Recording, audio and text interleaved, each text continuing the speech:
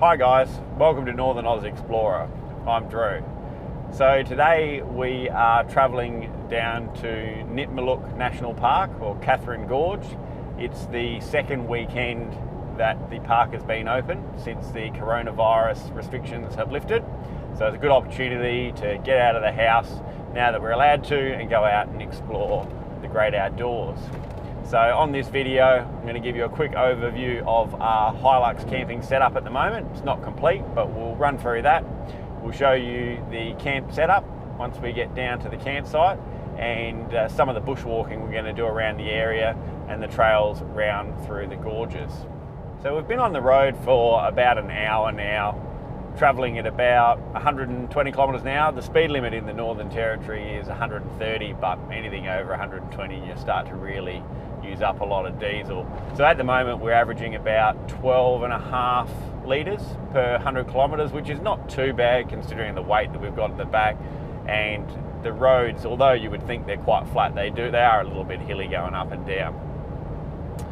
The road noise for the Hilux at this speed is actually quite good. A lot of people think that these sort of cars are fairly agricultural, and whilst it's not as refined as a high-end sedan, it is really quite reasonable, and it's pretty good for its class as well. You probably remember if you watched my earlier video on the review of the Hilux, I mentioned the rear suspension being a bit lively. Being packed now, we've got a bit of weight in the back, and it's really made a remarkable difference. You don't sort of get the same jitters which you got when the vehicle's unladen. So that extra weight does make quite a bit of difference. Once we get the rear set up properly with the rear drawers, I imagine that'll make even more difference when we're off camping. So we haven't got the Hilux fully set up yet for camping. With the coronavirus and other stuff going on, we just haven't had the opportunity to get it all squared away. But that doesn't mean you have to have a big fancy setup to get out and to enjoy the outdoors. The campsite we're going to, it's sealed roads the whole way. It's a family campsite. It's got toilets, showers, has a kiosk there where you can buy food and other bits and pieces. So it's a fairly refined sort of area, and certainly not off the beaten track by any stretch of the imagination. Whilst we were preparing for the trip, the original plan was to have our camping equipment, our swag, on the roof rack, but there ended up being so much room in the rear tray of the Hilux, we've just chucked the swag in there with the other camping equipment as well. It all fit fine. We've got plenty of room and plenty left over if we needed to add anything else as well. One of the unique things about the Hilux, which I've learned on this trip, I haven't actually done any driving on the highways where the speed limit's been 130 kilometres in the Northern Territory. One of the features of this vehicle is it has speed sign recognition. So as you go past the speed sign, a camera picks it up and identifies what the speed is, and it displays it in a little screen in the odometer. Now this works fine for everything up to 110 kilometres an hour, but for whatever reason it doesn't pick up speed signs that are over that. So the 130 kilometres an hour speed signs, it just doesn't register them. So that's a little fun fact. If you're driving in the Northern Territory, you won't automatically pick up the speed signs. So Nitmiluk National Park, or Katherine Gorge, is approximately 250 kilometres southeast of Darwin. The size of the park is about 3,000 square kilometres, and it consists of 13 sandstone gorges which are fed from the Katherine River.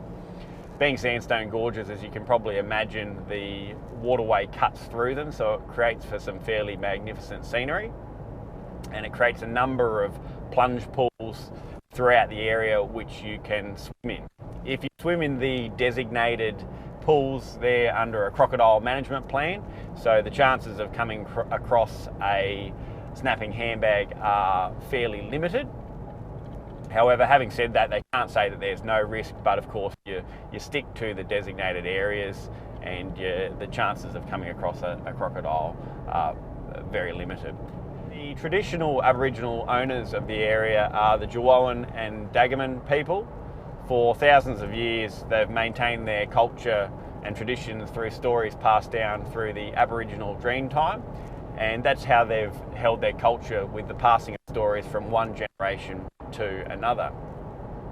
Nitmiluk is the Jawoyn name for Katherine Gorge, and it literally translates to the cicada place, which is an insect you get in Australia.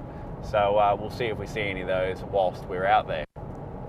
At the Katherine Gorge, there's two spots. There's Katherine Gorge itself, and then you've got Edith Falls, and there's a number of trails and walking paths throughout both areas.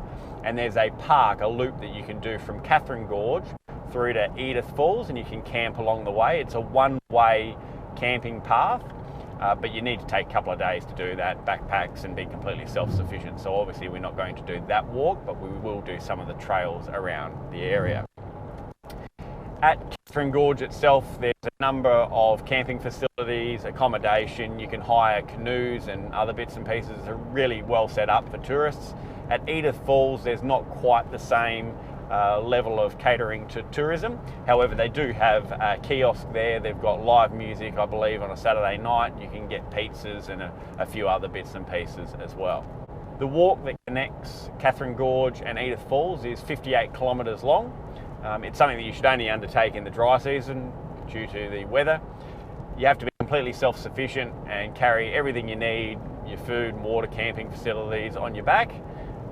Bit like the Larapinta Trail, which is down in Central Australia, but obviously for the northern top end. So we're going to settle in for the drive. Once we get to the campsite and set up, I'll show you what we've done, how we lay everything out, and what works best for us. So here we are, we've set up at Edith Falls Campground. It's fairly busy at the moment, it's packed to the brim. So there's a lot of people around, but we've got a decent spot here. We've got plenty of shade, which is not too good for the solar panels. So with a 12 volt setup, I have the solar panels which are plugged directly into the battery. The battery is then feeding power into the Angle and keeping that running. I've also got an accessory socket, which I explained in my 12 volt setup video, which we can run accessories like charge iPhones, iPads, and other bits and pieces, my filming equipment and everything else that we've got out here. So that's all set up and working pretty well. And now I'll take you around and show you our setup. It's pretty basic because this was a short notice camping trip that we didn't have time to completely set up the Hilux, but we'll go around and we'll have a look at the rest of the campsite. So this is our camp setup, as you can see. It's pretty basic. We've got a swag, a sand mat, which basically protects the underside of the swag, stops it from getting dirty and makes it much easier for packing up. You don't have to clean off all the dust, debris and dirt and mud that gets on them. Camp kitchen, which just consists of a table and a small Austrail cooker, which is just about due for replacement. Camp table and a couple of chairs. Really, you don't have to spend a lot of money to go out camping and enjoying yourself. The whole setup here costs probably, $500 or $600. Chuck it in the back of your vehicle. We've got a quick and easy 12 volt setup, but I mean, all you really need is an esky with some ice, and then you can be out exploring the great outdoors. You don't have to spend a lot of money and you can enjoy yourself. So the swag is a double swag. We've had it for probably about 12 months now. Used it on a big camping trip down through Central Australia. Really can't fault it. Should probably give an in-depth review of the swag at another time. I'll do that in a later video. But it's a real quick, easy setup. I think a lot of people sort of get bogged down thinking that you need a lot of the equipment, a lot of the extra stuff and bits and pieces to enjoy camping. You really don't. It can be quick, simple and easy. Demonstrated here. I reckon this is one of the best setups you can get. And to be perfectly honest, it takes about, less than half an hour to set up a camp to make yourselves nice and comfortable. So we're going to settle in for the night, have a couple of beers, cook up some steaks, and then tomorrow we're off to do a big trek around the walking trails of Edith Falls. So we'll see you then. So here we are at the start of the Edith Falls walking tracks. So there's a number of tracks that go around through the area. The main water access is just down at the bottom plunge pool. There's also an upper pool that you can swim at, and there's a loop that goes around to the Sweetwater pool walk. So what we're going to do today, start off down here by the plunge pool, the lower one, up to the intersection all the way up to the Sweetwater pool, and then back and complete the circuit. I think it's about 8 k's all up, so we're going to go for a little bit of a hike and see what it looks like out there. So we've just set out on the trail bushwalk. For those of you not familiar with Australian bushwalks, There's a standard system of markers, which just consists of these markers here, basically, and you follow them. Every time you get to a marker, you can usually see one up in the distance. Just got to stay on track with them. Sometimes they're painted on rocks, and they have different ways of displaying them. Occasionally, the markers fall over, get lost, get moved by people, stolen or whatever else, so you do have to be careful. The track here is reasonably well defined, but I have been on some bushwalks where you do lose your way because the markers aren't clear and the path isn't clearly defined. I always track the walks either through a GPS or at the moment through a Garmin watch, so if we get off track we can always backtrack, and it's always good to make sure that you're safe, especially in areas where you don't have phone reception, just in case something goes wrong. So just something to bear in mind if you're going to go out and do a bit of bushwalking. So we've come now 2.8 kilometres along the trail. We've still got about another, there's a sign just back there, another 2 kilometres to go. So we've just stopped here for a quick break, have a drink. You can see the fantastic views that you get. So this watercourse will feed down from the Sweetwater pools, which are up a bit further. So we'll spend a few minutes here enjoying the scenery and then move on.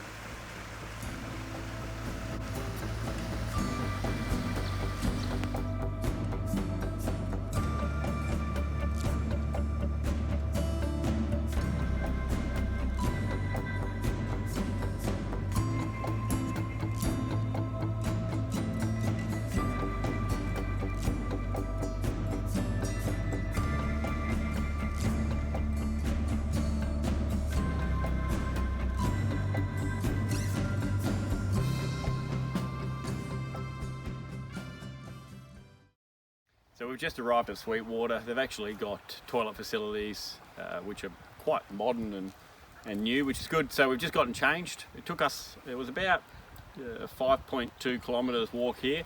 Did it in just under 1.5 hours. The recommended time frame for walking is about 2.5 hours. I find with most of the bushwalk trail recommended time frames, you can usually just about half it and get there in that time. It obviously caters for people of all abilities, but if you're moderately fit, it wasn't a hard walk, and you could, if you were really pushing it, you could easily get here in about an hour. So now it's time to go and have a swim. So Sweetwater is made up of a number of rock pools up the top, feeding down through to a main lake area. It's safe for swimming. There's no crocodiles up in this area. They wouldn't be able to climb up here, so we'll go for a dip. There's not many people around, despite the fact the Edith Falls campground was completely full. Obviously not a lot of people are doing the hike up here. We've only passed 3 other groups, I think, on the way up or since we've been up here. So we've pretty much got the whole place to ourselves. There's no one behind us, and now it's time for get in the water and see how cold it is.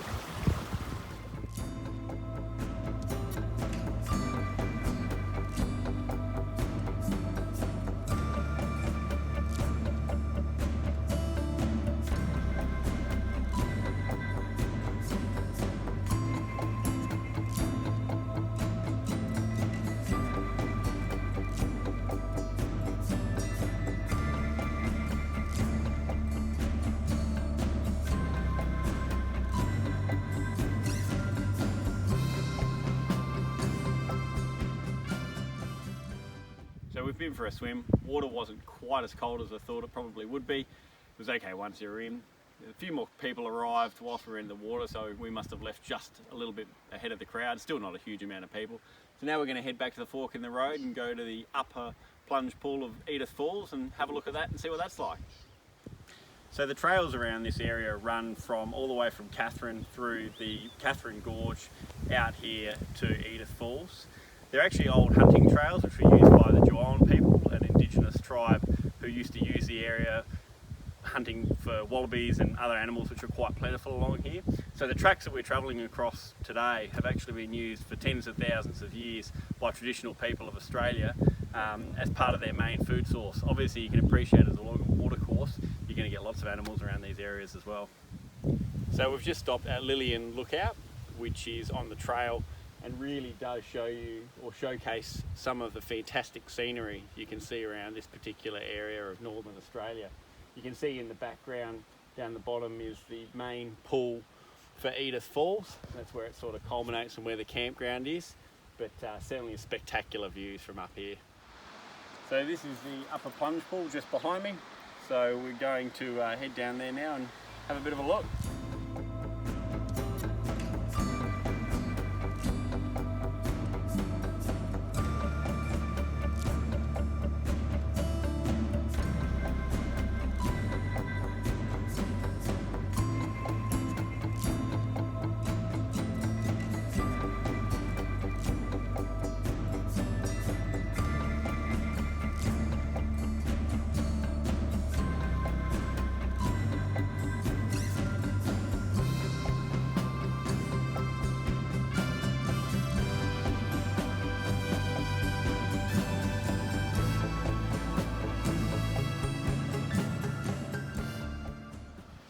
So we're back down at the bottom plunge pool. We've done almost 12 kilometres on the dot. Took us about 4.5 hours with our breaks and swim, and about 250 metres of vertical elevation. So now it's time to go back to campground, grab some lunch and have a couple of beers and relax. So as you can see, we're all packed up. We're just about ready to head off back home. I didn't show you the car before we left. It's a bit of a hodgepodge with a mess everywhere, but I'll show you in the back so you can see.